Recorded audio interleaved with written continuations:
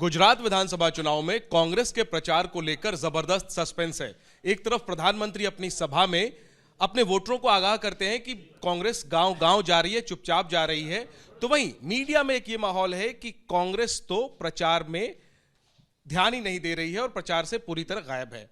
हमारे साथ खास बातचीत करने के लिए इस मसले पर रघु शर्मा है, जो गुजरात कांग्रेस के प्रभारी हैं। रघु जी, सस्पेंस थोड़ा क्लियर कर दीजिए। क्या आप लोग प्रचार नहीं कर रहे हैं तो वो नजर क्यों नहीं आ रहा, और क्या है पूरी रणनीति गुजरात चुनाव के लिए?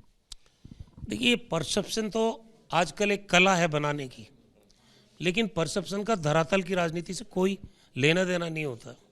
वहाँ सच्चाई, ग्राउंड रियलिटी कुछ और है और परसेप्शन कुछ और बनाया जा रहा है।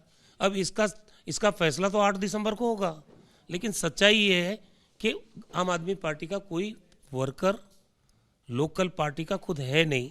पेड वर्कर वहाँ काम कर रहे हैं, सोशल मीडिया हो, चाहे मीडिया के माध्यम से हो, चाहे डिजिटल कैंपेन के माध्यम से हो, वो एक परसेप्शन बनाने की कोशिश कर रहे हैं कि भाई हम मैदान में हैं, जबकि वो मैदान में है नहीं।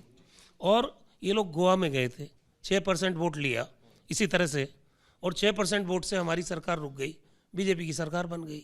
ये उत्तराखंड में गए, 5% वोट लिया, इतने ही परसेंटेज के अंतर से हमारी सरकार चली गई, बीजेपी की बन गई। इसीलिए हम बोल रहे हैं यहाँ भी वही अटेम्प्ट करने आए हैं कि यहाँ बीजेपी की बी टीम के रूप में आम आदमी आई है, लेकिन हम उसका असर होने नहीं देंगे। ये वोट काटने के लिए जो योजनाबद्ध तरीके से बीजेपी इसको लाई है आम आदमी पार्टी, एक ही स्टाइल की पॉलिटिक्स है दोनों की, परसेप्शन की पॉलिटिक्स। और परसेप्शन से इस देश का कितना नुकसान हुआ है, क्योंकि आज गुजरात में बचा क्या है? जब कोविड में 3 लाख लोग मरे, कहाँ थी आम आदमी पार्टी? तब तो घर घर रिलीफ का काम कांग्रेस पार्टी कर रही थी, आम आदमी का कोई प्रेजेंस नहीं था। ड्रग ट्रैफिकिंग हो रही थी, कहाँ गई थी आम आदमी पार्टी? जब पेपर लीक हो रहे थे, कहाँ गई आम आदमी पार्टी? एक नहीं 22 पेपर लीक हुए, एक भर्ती नहीं हुई। जो डेमोन्स्ट्रेशन किया कांग्रेस पार्टी ने किया। 5 साल बीजेपी से अगर मुकाबला विपक्ष के रूप में किसी ने जिम्मेदारी निभा के किया है, वो कांग्रेस पार्टी है। बिल्कुल ठीक है, जो आप कह रहे हैं कि 5 साल कांग्रेस ने विपक्ष की भूमिका निभाई, 5 क्यों, आप 27 साल से निभा रहे हैं। लेकिन अब आपको लगता है कि आपकी लड़ाई बीजेपी के साथ साथ आम आदमी पार्टी की जो धारणा बन गई है, उस धारणा से भी अब आपकी लड़ाई है, आप मानेंगे ये बात? मैं बिल्कुल नहीं मानता हूँ। बाईपोलर पॉलिटिक्स होगी गुजरात के अंदर। जब वोट देने का टाइम होगा तो या तो लोग बीजेपी को देंगे या कांग्रेस को देंगे। ये लड़ाई कांग्रेस और बीजेपी के बीच में, कोई तीसरी पार्टी इसमें है नहीं। लड़ाई में कांग्रेस खुद को कहां पाती? जीतेगी, 125+ सीट हम जीतेंगे। मैंने कहा आपको कि बीजेपी के खिलाफ भारी आक्रोश है, इसीलिए प्रधानमंत्री जी 10-10 दिन तक, 1 महीने में आजकल गुजरात में है। गृह मंत्री जी 15 दिन है, भारत सरकार के 10-10 मंत्री वहाँ डेरा डाल के बैठे हैं। लेकिन ये सब चुनाव के वक्त में जब होता है तो बहुत लंबे, हर बार ही हो रहा है, हर चुनाव में ये होता है। लोगों ने समझ लिया है कि भाई हम, गुजरात का चुनाव है ना, ये देश का चुनाव तो नहीं है। तो ये भूपेंद्र पटेल के चेहरे पे चुनाव क्यों नहीं लड़ना चाहती बीजेपी?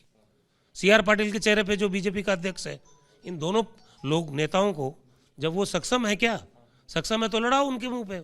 ऐसे में आपसे पूछा जाएगा कि फिर आपका चेहरा कौन है, आप किन के चेहरे पर लड़ रहे हैं? हमारी पार्टी कभी भी चेहरा डिक्लेयर करके, और उनकी सरकार है इसलिए चेहरे की बात कर रहा हूँ मैं, मुख्यमंत्री है उनका, और ऑब्वियसली वो चेहरा होता है। हम अपोजिशन में है, हमने कभी भी किसी चेहरे को डिक्लेयर करके चुनाव नहीं लड़ा है। तो हमारा तो इलेक्शन के बाद फैसला होगा, लेकिन जिसकी सरकार है उसका चेहरा तो नजर आ रहा ना। एक अंत में मैं पूछूंगा कि कांग्रेस नेतृत्व यानी गांधी परिवार, राहुल गांधी, प्रियंका गांधी, सोनिया गांधी, गुजरात का चुनाव नजदीक आ गया, लेकिन अभी तक बीते 40 दिनों में अगर हम बात करें, राहुल जी ने 5 तारीख को किया था भारत जोड़ो यात्रा शुरू करने से पहले सितंबर में, लेकिन इसके बाद 40 दिन बीत गए, कोई बड़ा नेता नहीं पहुंचा है। कब से बड़े नेताओं के दौरे शुरू होंगे, और ये बड़े नेता राहुल गांधी, प्रियंका गांधी क्यों नहीं जा रहे गुजरात? लोगों के मन में ये सवाल है। देखिए, राहुल जी और प्रियंका जी कांग्रेस के बुलावे पे पक्का वहां जाएंगे, दिवाली के बाद जाएंगे। आप इंतजार करिए, इलेक्शन का अभी अनाउंसमेंट ही नहीं हुआ है। 2 राज्यों के चुनाव हैं, 8 तारीख को परिणाम आएगा। मैं तो इस प्रश्न का जवाब ढूंढता फिर रहा हूं कि इलेक्शन कमीशन ने एक ही राज्य का चुनाव का कार्यक्रम क्यों घोषित किया? कोई मीडिया पूछ नहीं रहा है। आप तैयार हैं उम्मीदवारों की लिस्ट के साथ? कब तक आएगी? हमारी पूरी तैयारी है, हमारी स्क्रीनिंग कमेटी खत्म हो गई और 26 तारीख को CEC हो रही है। पहली लिस्ट इस महीने के आखिर में डाल देंगे। शुक्रिया बात करने के लिए। तो रघु शर्मा काफी आत्मविश्वास है और दावा कर रहे हैं कि कांग्रेस पार्टी 125 सीटों के साथ सरकार बनाने जा रही है। जाहिर है ऐसा होगा या नहीं, इस दावे पर नजर रहेगी। कैमरा पर्सन राजेश कुमार के साथ जैनेंद्र, एबीपी न्यूज, दिल्ली।